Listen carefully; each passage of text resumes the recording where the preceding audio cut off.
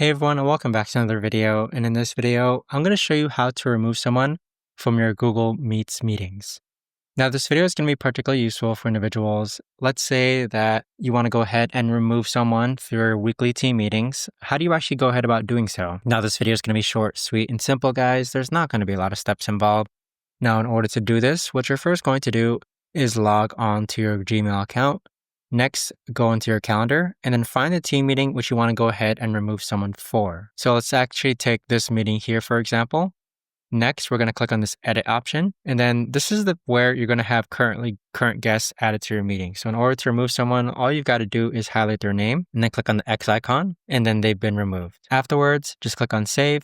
And there you have it. But that right there, guys, is the best and easiest way that I know of to actually go ahead and remove someone from your Google Meets weekly team meetings. If you guys know of a better or easier way to actually do this, let me know in the comments down below. I would love to know. Thanks so much for watching, everyone, and I'll see you guys all in the next video.